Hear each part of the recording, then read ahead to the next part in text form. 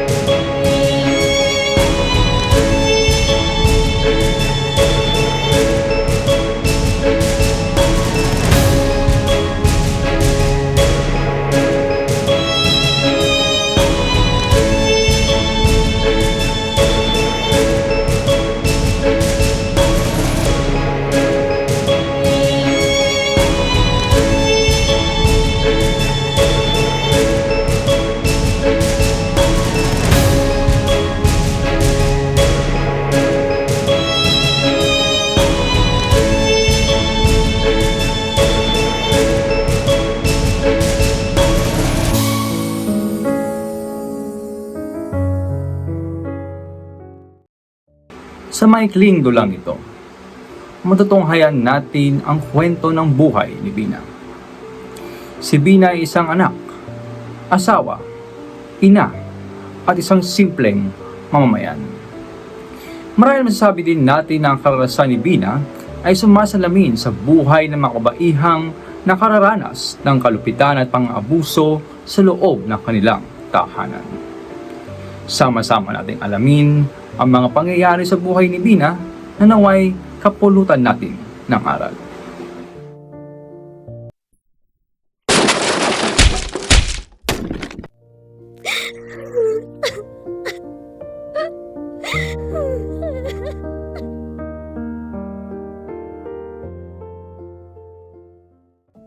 Sinabi ko na sa kanya noon pa lang, nanliligaw yang si Anton, na wala siyang mapapala dyan. Halos mamatay sa sakit ng puso ang ama niya nang sila'y magpaalam magpakasal. Pero wala kaming nagawa. Nasunod pa rin ang gusto niya. Hindi naman siya dating ganyan. Halos di niya nga ako masigawan eh. Akala ko mahal niya ako, kaya kahit ayaw sa kanya ng mga magulang ko, pinakasalan ko pa rin siya. Naalala ko nga noong kasal namin. Napakaayos ng lahat. Hindi man en grande, nandun naman lahat ng mga mahal namin sa buhay. Kahit si Ma at Pa labag sa loob nila, ay napunta pa rin sila. Ako na yatang pinakamasayang babae ng panahon yun. Kahit 2 buwan ko pa lang siyang nakikilala bago kami dinasal. Sigurado na ako nung mahal ko ang pakakasalan ko. Ano bang pakialam ko sa sinasabi ng iba? Basta ang alam ko, masaya kami. Pero ngayon, sobrang saya ko nung magpakasal kami ni Bina. Siya lang ang minahal ko ng ganon. Wala akong inisip kundi ang kapakanan niya. Kahit patutol si na mama sa pakikipagrelasyon o pagpapakasal ko kay Bina, isang nasa puso at isip ko noon, di ko siya ipagpapalit sa kahit ano paman, kahit sa sarili kong pamilya. Kumawari kung paano kami humantong sa ganitong sitwasyon. Pinakasalan ng anak ko, etong si Bina, 10 taon nang nakakaraan. Mabigat ang loob ko sa kanya, aaminin ko. Tumira siya sa amin kahit ayaw ko, pero okay lang. Marunong naman ako tumanggap.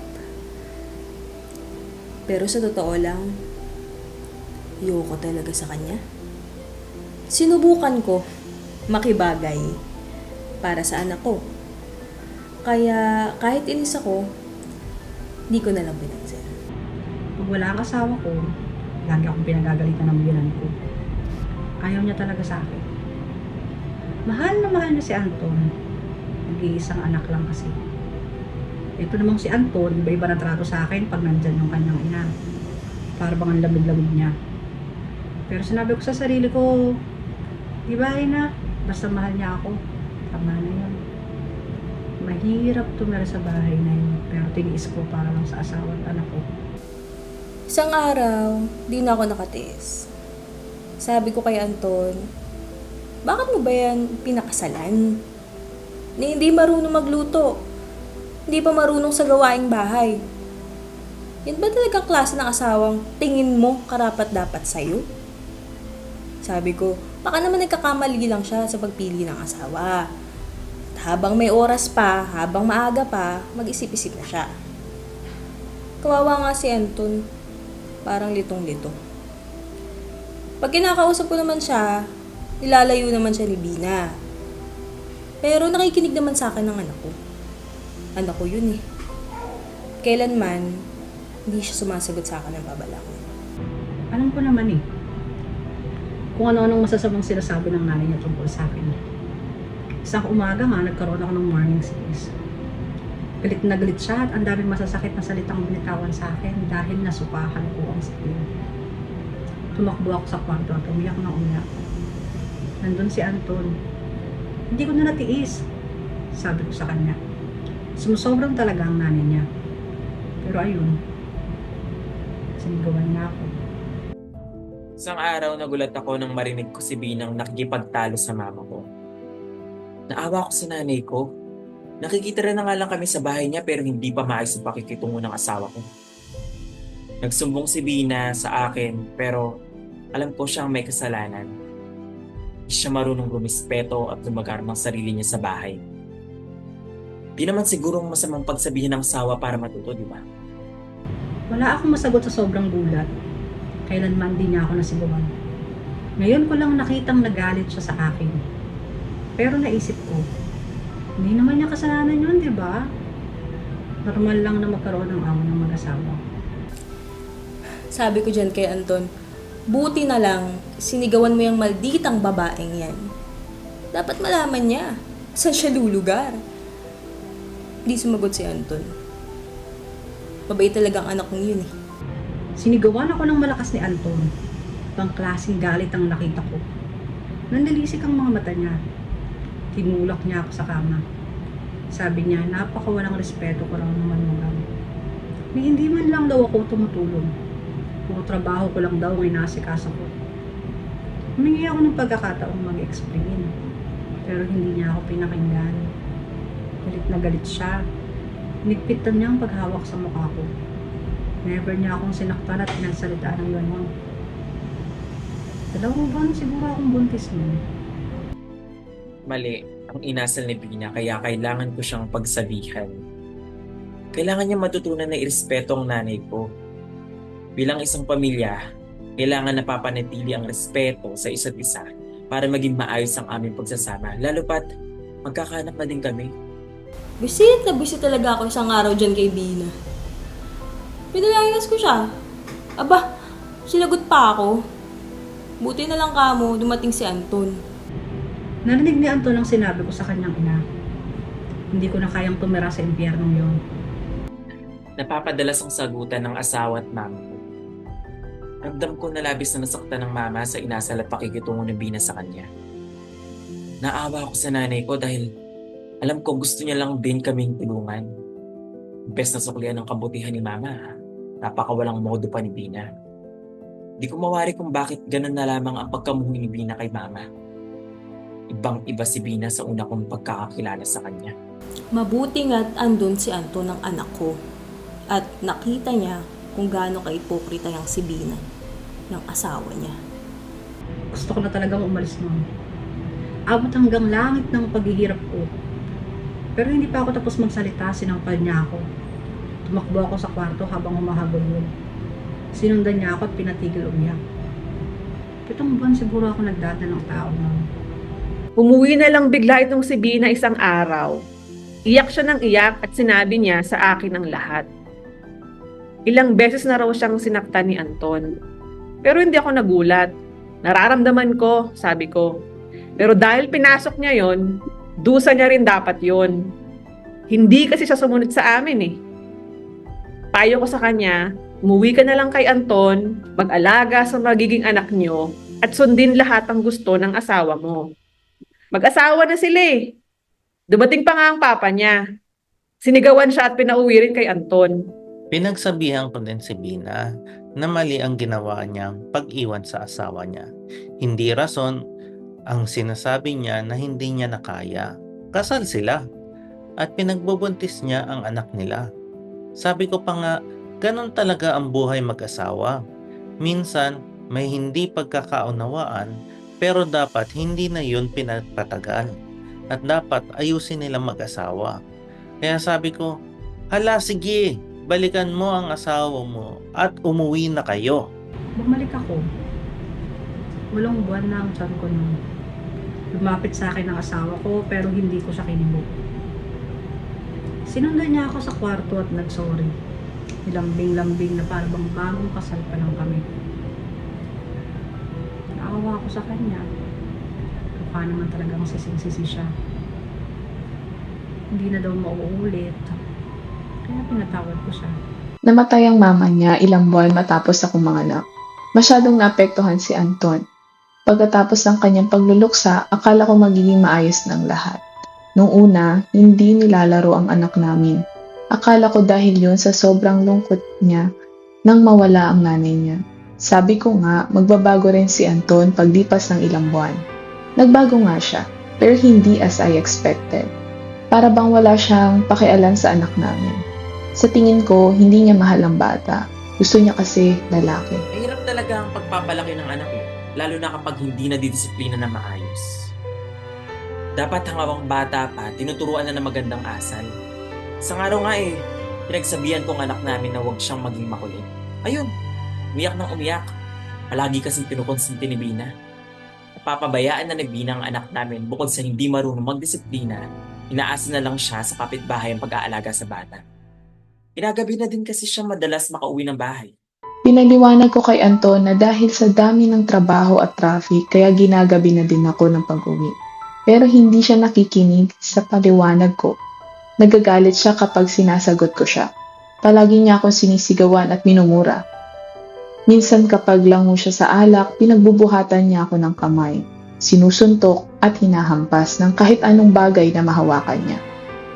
May pagkakataon na nawalan ako ng malay. Masakit ang ginagawa niya pero mas masakit na nakikita ng anak namin na nadadamay sa away namin.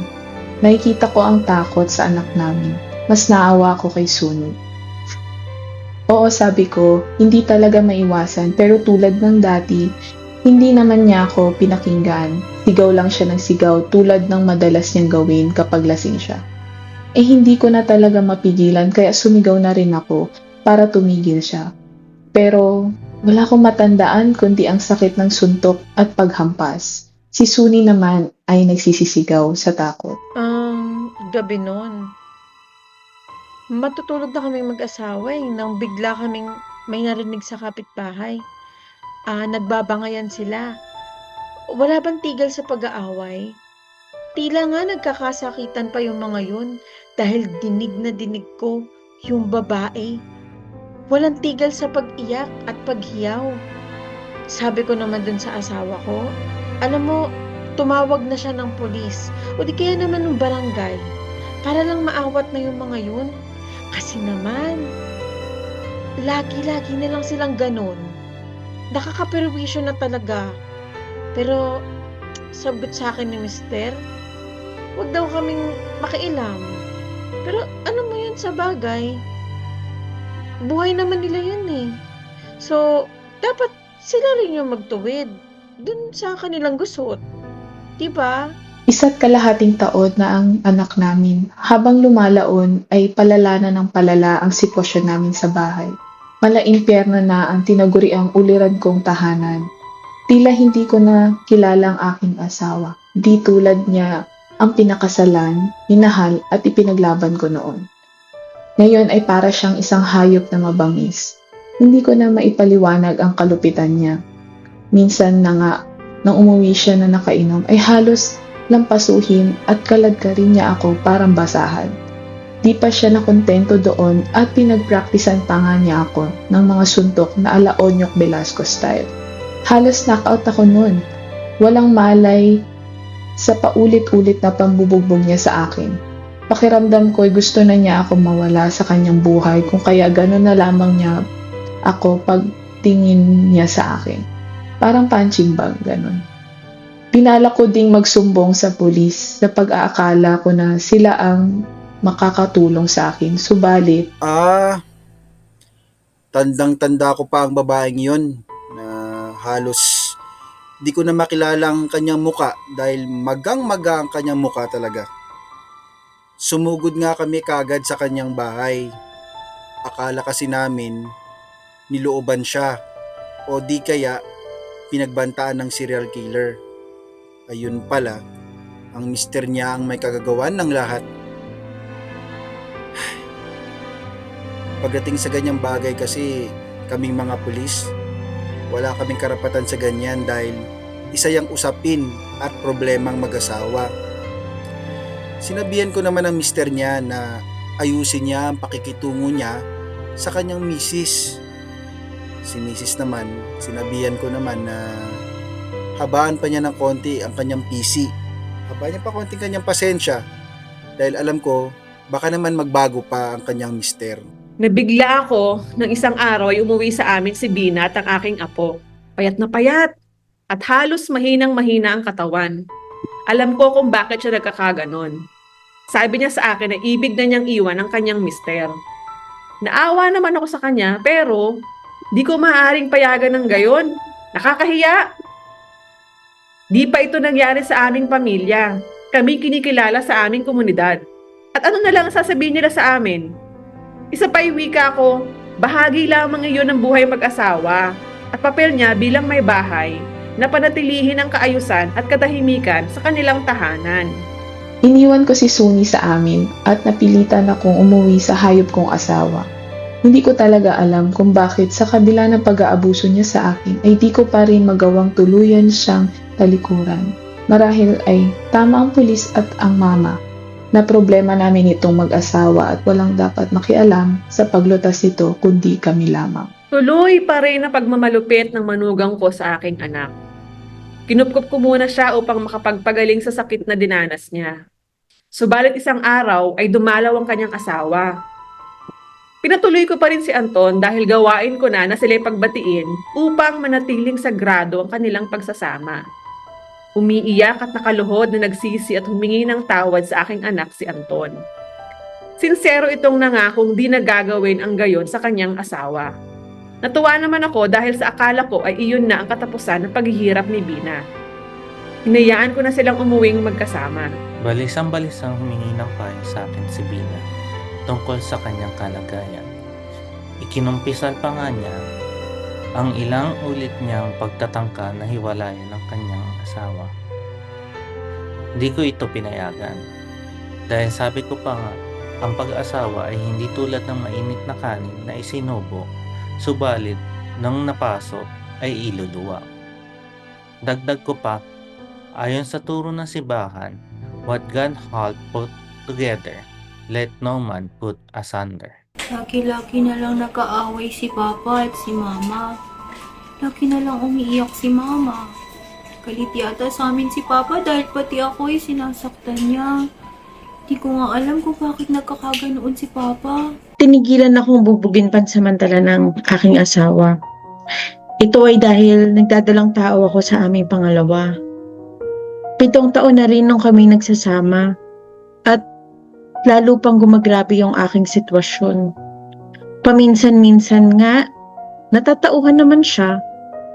Mga ako magbabago. Nandun na halos ligawan niya ako ulit katulad ng dati. Pero pag ako'y kanyang nakuha, pabalik na naman siya sa malahayop niyang asta. Hindi na naman ako nadadala. Hinahayaan ko pa rin yurakan niya ang aking pagkatao. Sabi niya, Mama, huwag na lang akong umuwi.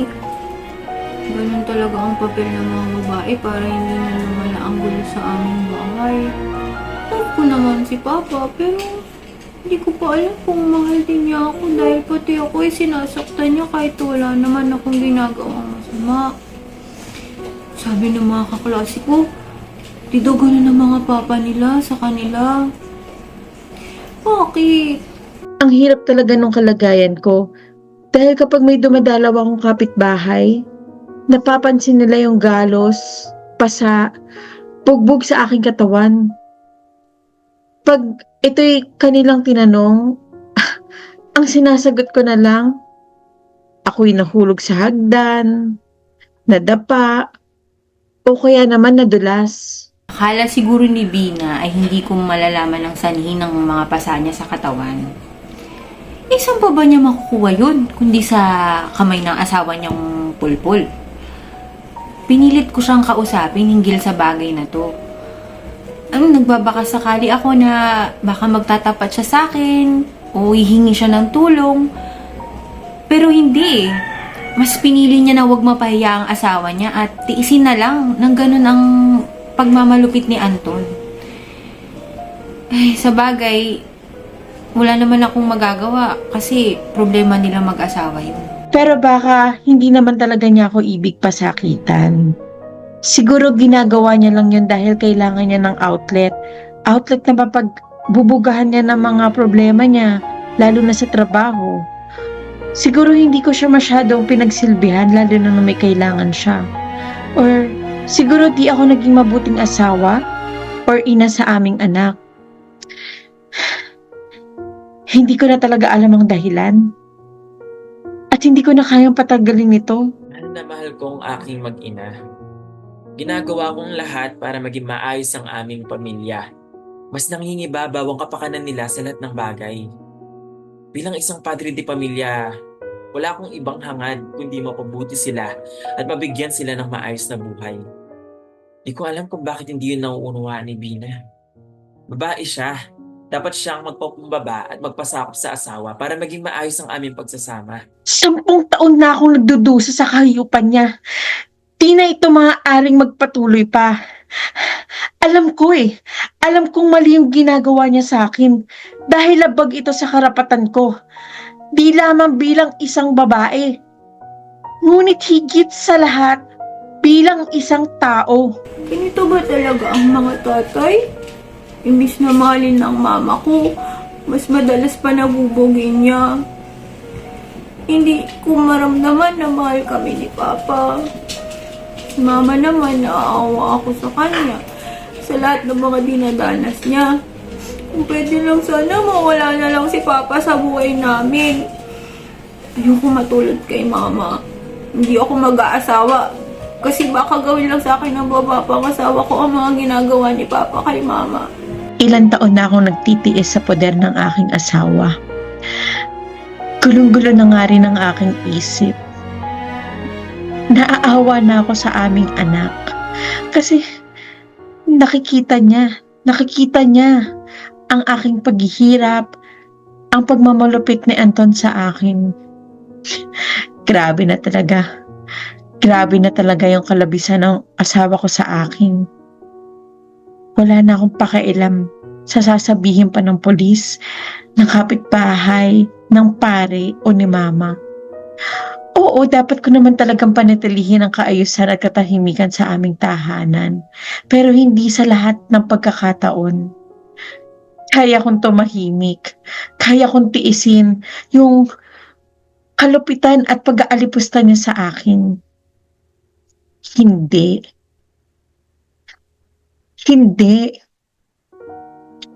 Hindi na maaari at hindi ko na kayang patagalin pa ito. Ikaw, kung ikaw yung nasa sitwasyon ko ngayon, anong gagawin mo?